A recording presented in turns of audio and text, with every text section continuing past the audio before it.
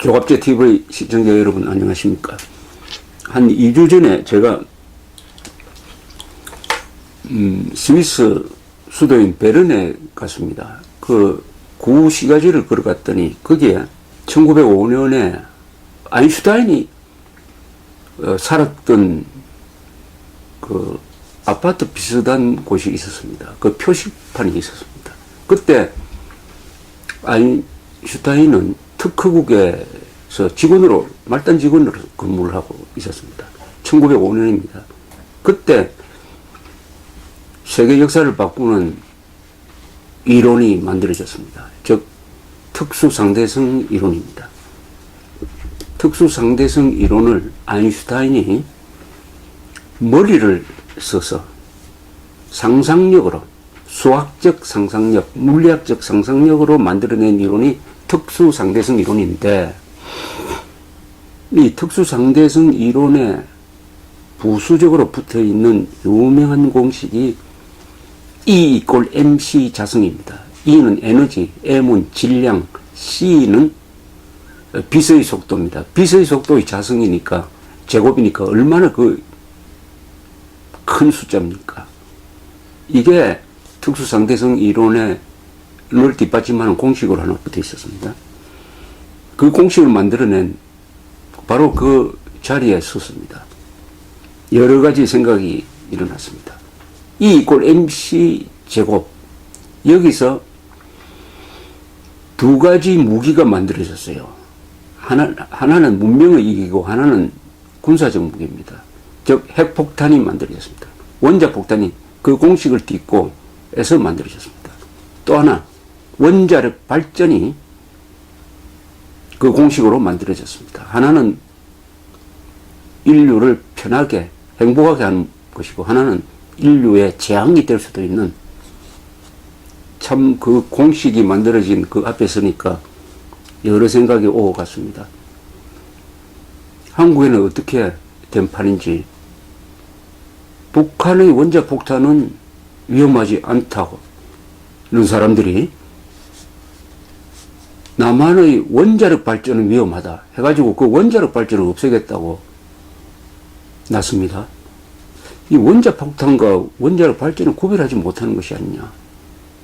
이 이념이 아주 망가져버리면 인간의 영혼이 망가져버립니다. 그래 되면 저런 행동도 할 수 있구나.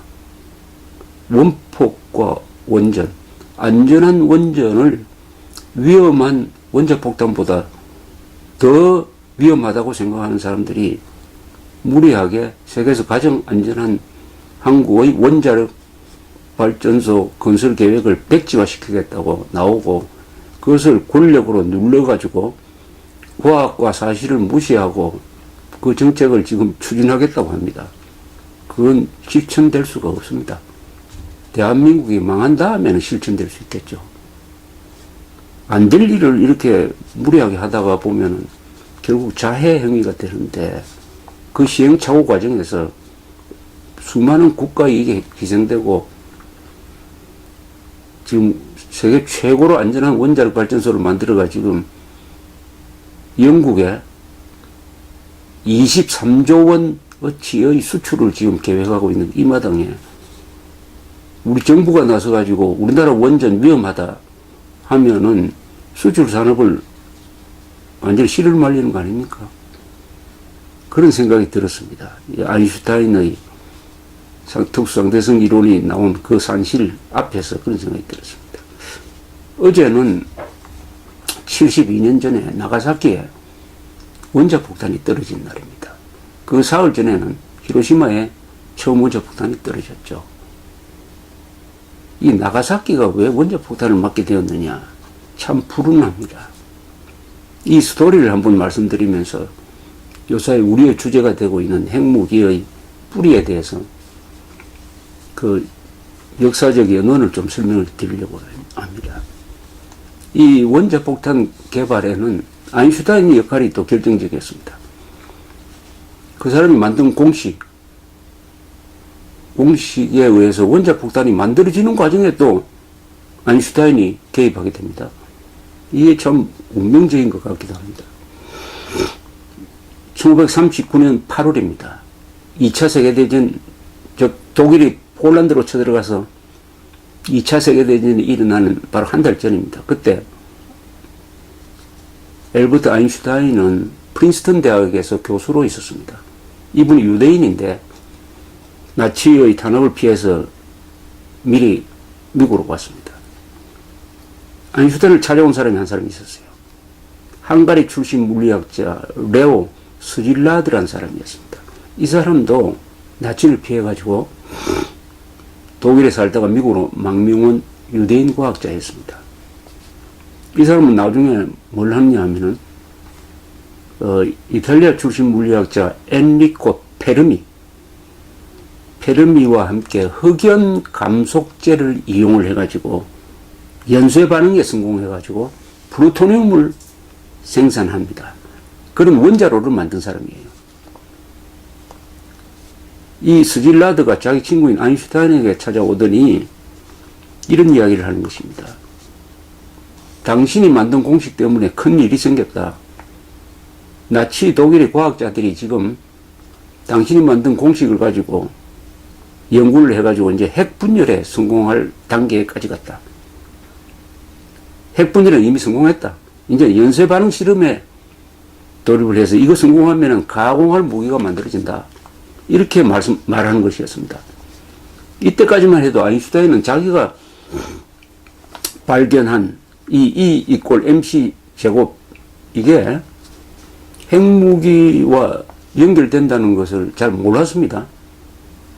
그런데 스질라드가 그 과정을 쭉 설명을 하니까 금방 알았습니다. 그럼 어떻게 해야 되느냐? 스질라드는 아인슈타인한테 이렇게 이야기합니다. 여기에 대응해서 미국이 핵폭탄을 같이 개발해야 된다. 그렇게 하려면은 프랭클린 루즈벨트 대통령한테 편지를 써야 한다. 아인슈타인 이름이 워낙 유명하니까 당신 이름 좀 빌리자. 이렇게 된 겁니다. 그래서 초안은 스질라드가 쏘고 아인슈타인이 교정을 보고 해서 편지를 루즈벨트 대통령한테 전달하는데 알렉산더 sak스라는 루즈벨트 대통령의 친구를 통해서 전달합니다. 자, 이로 인해서 이제 뭐가 생기느냐. 루즈벨트 대통령은 그 편지를 보고는 더구나 아인슈타인이 이야기하는 거니까 읽어보고는 우리도 핵폭탄을 개발해야 되겠구나 하고 결심을 합니다. 그래서 육군이 관할하는 핵폭탄 개발 계획을 추범시킵니다. 뉴멕시코주의 로스 알라모스라는 데가 있습니다. 여기에 연구소를 두고 한때는 13만 명이 이 계획에 종사를 했습니다. 13만 명. 당시 돈으로 20억 달러, 요사이 가치로는 수백억 달러의 돈을 투입을 합니다. 물론 비밀 계획이죠. 이 계획을 맨해튼 프로젝트라고 합니다. 맨해튼 프로젝트. 그 들어간 돈을 보면은 90%가 원자로 등 시설을 짓는 데 쓰였고 10%가 원자폭탄 제조 설계에 쓰였다고 합니다.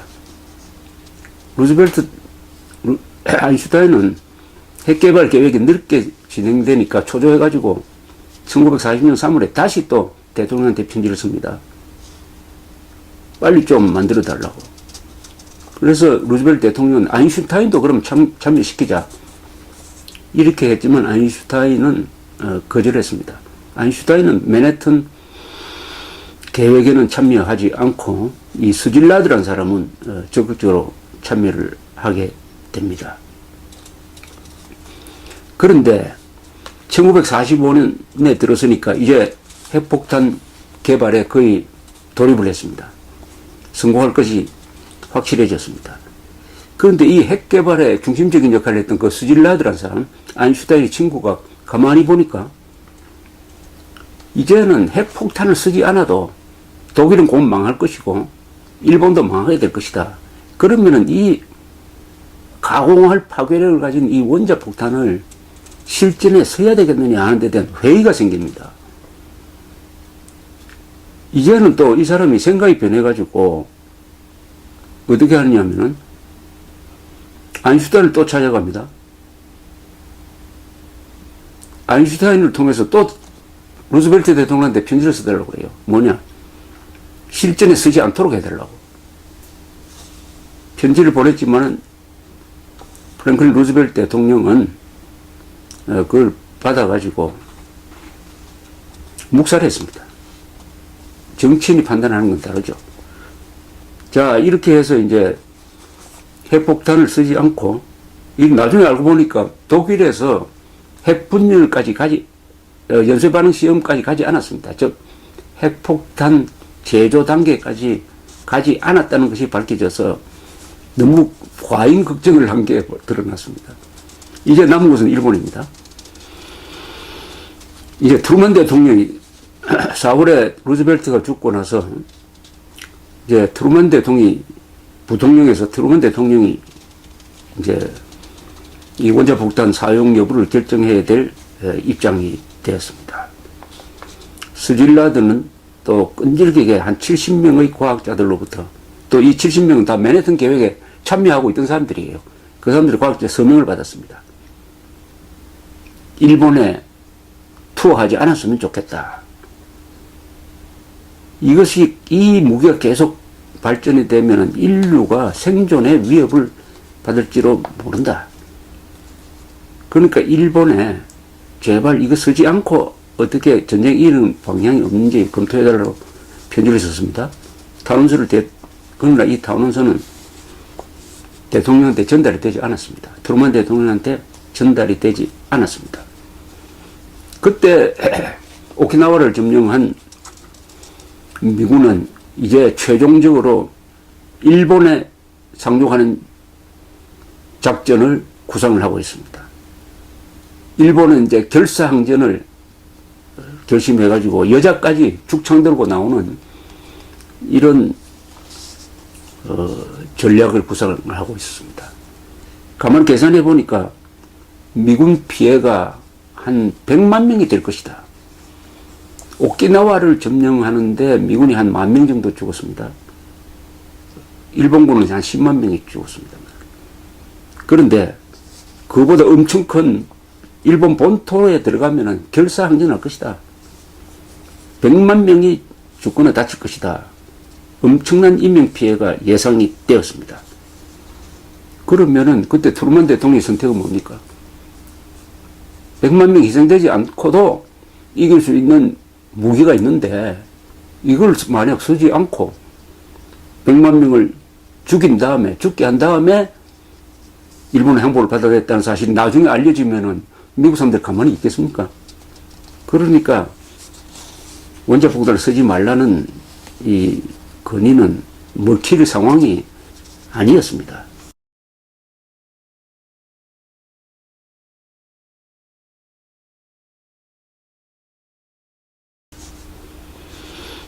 아인슈타인은 나중에 이 핵폭탄을 만들어 달라는 편지를 프랭클린 루즈벨트 대통령한테 보낸 걸 후회를 했다고 합니다.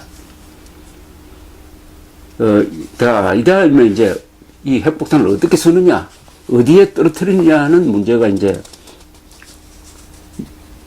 미국 육군 담당 전쟁성, 당시에는 미국에 국방부가 없었습니다. 해군 공군이 하나고, 그 다음에 육군은, 그때 공군이 독립되지 않고 공군은 해군 소속이었습니다. 육군은 전쟁성이란 부서에서, 디파트먼트 오브 워라 그러는데, 이게 국방부가 아닙니다. 육군 담당입니다. 이 육군 담당 장관이 누구냐? 헨리 루이스 스팀슨이라는 사람이었습니다. 이분은 그때 78살로서 아주 존경받는 사람이었습니다. 최연장자였습니다. 그런데 이 사람이 지금 어디에 원자폭탄을 떨어뜨릴까를 결정하는 사람이 되었습니다. 이분은 1893년에 신혼여행을 어디로 갔느냐? 일본 교토로 갔습니다. 교토에 가보니까 이 천년이 된 고도의 아름다움에 아주 매료되었다고 합니다. 일본인들이 정직하고 예절이 밝은 데 대해서도 좋은 인상을 받았다고 합니다. 자, 1차 후보지로 어디에 떨어뜨릴 거냐 하는 1차 후보지로 추천된 곳이 히로시마, 교토, 니이가타, 고쿠라였습니다. 히로시마 군수시설이 많고, 교토는 과거에 천황이 살았고 한 번도 폭격을 받지 않았습니다. 니가다는 이 일본의 서해안에 있는 큰 항구입니다. 고쿠라는 규슈에 있는, 지금 이게 이름이 기타 규슈인데 아주 공업시설이 집중된 데 있습니다. 이 중에 하나를 치자. 여기에 지금 군인들이 많이 주둔하고 있다. 히로시마, 교토, 니가다, 고쿠라 명단에 딱 올라오니까 스티븐슨이 교토를 제외시켜버렸습니다. 교토. 이 교토는 천년간 일본의 수도였을 뿐만 아니라 일본인의 정신과 영혼이 담긴 도시다. 이 도시를 파괴한 다음에는 전쟁에 이겨서 우리가 일본을 관리를 하고 일본을 통치를 해야 되는데 일본 사람들이 절대 따르지 않을 것이다. 이거는 무리다. 해가지고 교토를 집어넣고 거기에 대신 나가사키를 넣었습니다. 나가사키. 이 나가사키의 불운은 여기서 시작되는 겁니다. 나가사키를 집어넣습니다. 근데 나가사키에는 그때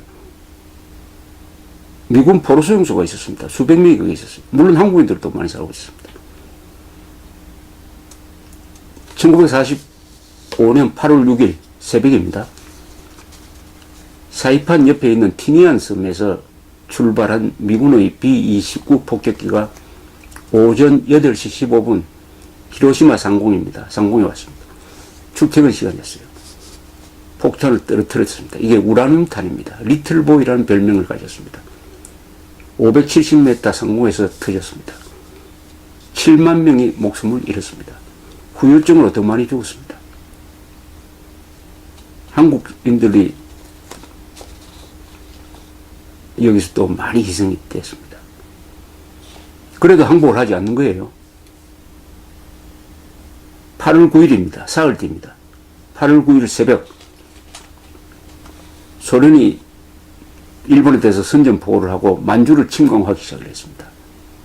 그날 오전 또 티니안을 이륙한 미군 B-29는 요코하마 상공에서 호위 전투기와 합류를 한 다음에 목표지인 나가사키가 아니었습니다. 목표지가 북규슈 고쿠라였습니다.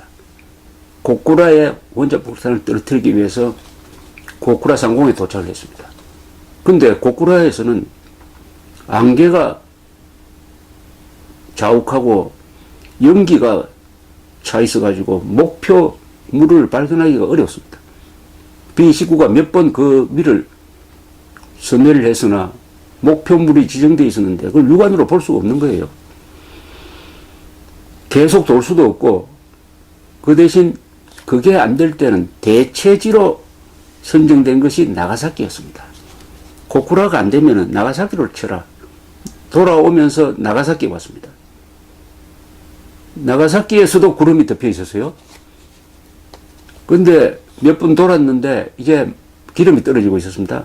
마지막으로 이번에 안 되면은 그냥 돌아가야 되겠다 해가지고 마지막으로 상공을 선회하는데 구름이 갈라지고 아래 미쓰비시 중공업이 보이기 보였습니다.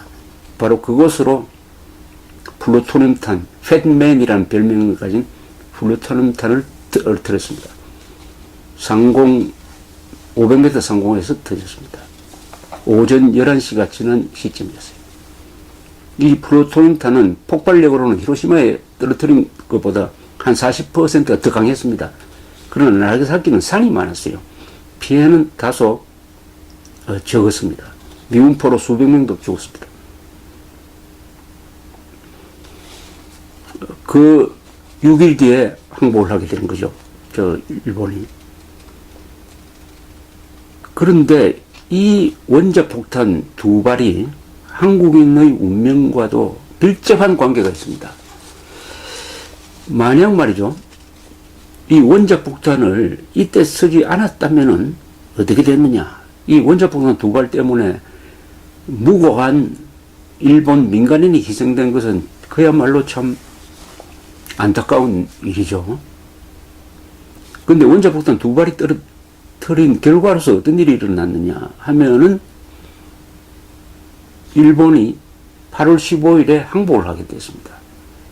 떨어뜨리지 않았으면 8월 15일에 항복을 하지 않습니다. 뭐 9월이 돼도 10월이 돼도 항복하지 않겠죠. 그럼 그 사이에 무슨 일이 일어나느냐? 얄타 회담에서 1945년 봄에 초에 있었던 얄타 회담에서 소련은 일본을 치는데 합의를 합니다. 일본을 치기로 합의를 합니다. 그런데 언제 칠지는 아직 몰라요. 미국은 빨리 만주를 쳐주기를 바라고 있었습니다. 그 사이에 독일이 망한 다음에 7월에 독일의 포츠담에서 유명한 포츠담 회담이 열립니다. 거기서 영국, 미국, 소련이 일본에 대해서 무조건 항복을 최후 통첩을 보내는데, 이 회담을 하는 자리에 가 있는 사이에 트루만 대통령한테 보고가 들어오기를 원자폭탄 실험에 성공했습니다 하는 보고가 들어왔습니다. 트루만 대통령은 이 비밀을 영국은 이미 다 알고 있었습니다. 영국이 개발하는데 거의 참여를 했으니까. 그러나 같은 연합군인 소련에게도 알려줘야 되겠다 해가지고 트루만 대통령이 스탈린한테 거의 지나가는 말처럼 우리가 최신 무기를 개발했습니다, 이렇게 이야기를 했어요. 그러니까 스탈린이 별것 아니처럼 한번 써보시죠 이런 식으로 그냥 그 중요성을 잘 모르는 것처럼 지나치는 말처럼 반응을 보였습니다. 트루만은 이 원자폭탄의 위력을 스탈린이 잘 모르는구나 이렇게 생각했습니다. 그러나 그것은 오판이었습니다. 그때 스탈린은 로스 알라모스 이런 데 간첩을 보내놓고 있어가지고 미국의 원자폭탄 개발 계획을 그 기술 정보까지 상세하게 알고 있었어요. 그래서 소련도 이미 원자폭탄 개발에 착수한 딱 트루만으로부터 그 이야기를 듣자마자 원자폭탄 개발을 소련의 개발을 지휘하고 있는 베리아 비밀경찰 총수한테 전화를 걸어가지고 빨리 만들으라고 독려를 합니다. 이때 빨리 만주를 쳐야 되겠다. 만주로 쳐내려가서 북해도를 점령하든지 해가지고 일본 점령에 대한 어떤 권리를 확보하기 위해서는 빨리 만주에 주둔하고 있는 관동군을 섬멸시키기 위한 작전을 써야 되겠다, 이런 판단을 한 거죠. 만약 8월 6일, 9일에 원자폭탄을 쓰지 않았으면은 소련군은 8월 9일에 만주를 침공해가지고 거의 동시에 북한에 상륙해가지고 8월 한 말쯤 됐으면은 부산까지 내려왔을 겁니다. 그러니까 원자폭탄을 쓰지 않았으면은 소련이 한반도 전체를 해방했을 것입니다. 그것은 뭐냐? 대한민국은 탄생하지도 않았다. 한국은 해방되는 순간 바로 동구의 폴란드처럼 폴란드와 같은 운명이 되었을 것이다. 즉 공산화된 체제가 되었을 것이다. 이렇게 판단할 수가 있습니다. 그러니까 원자폭탄이 8월 6일, 9일에 떨어뜨려진 게 그나마 38선을 긋는 게 가능하도록 만든 거죠. 그 순간 아직 소련군은 북단에는 상륙했지만은 아직 서울까지 내려오기 전이니까 그나마 미국이 8월 15일을 기해 가지고 우리가 38선을 기준으로 해가지고 북쪽은 소련군, 남쪽은 미군이 관할을 하도록 하자 하는 합의를 끌어낼 수가 있었습니다. 이 원자폭탄이 이처럼 한국인의 운명에 결정적 역할을 했는데, 나가사키가 참 불운하게 되었고, 고쿠라는 날씨 때문에 살았고, 교토는 스팀슨이라는 사람과의 그 좋은 인연 덕분에 살았다. 역사가 갑자기 바뀔 때, 특히 전쟁, 혁명 이럴 때는 사소한 게 엄청난 결과를 만들어냅니다. 사소한 결정인 것처럼 보이는 게 결과적으로는 엄청난 민족의 운명을 결정한다든지. 이러니까 우리가 요사이처럼 원자폭탄 핵 문제로 이 국제 정세가 요동칠 때 정신을 바짝 차리고 있어야 된다는 순간입니다. 이 순간의 결정이 영원한 장기적인 민족과 국가의 운명을 결정한다는 좋은 사례가 바로 이 나가사키의 불운이라는 생각이 들었습니다. 감사합니다.